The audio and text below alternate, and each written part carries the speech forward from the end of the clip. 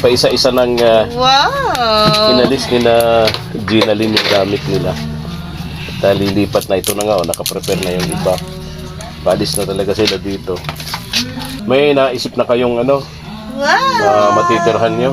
Wala pa nga po sir, naghahanap pa. O pag-iisipan pa daw, Kuya Albert. Kasi mahirap mag-decide. Oh, Mahirap naman mag-desisyon. mahirap So hindi pa nakarating dun si Ate Gina Lynn Hindi ba? sa lugar ninyo?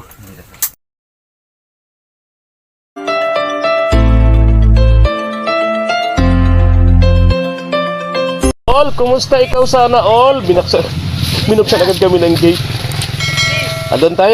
Doon tayo sa bahay mo. Nag-aambon-ambon. Halika, doon tayo. May dala ako ng gatas mo. Tsaka tinapay na may palaman.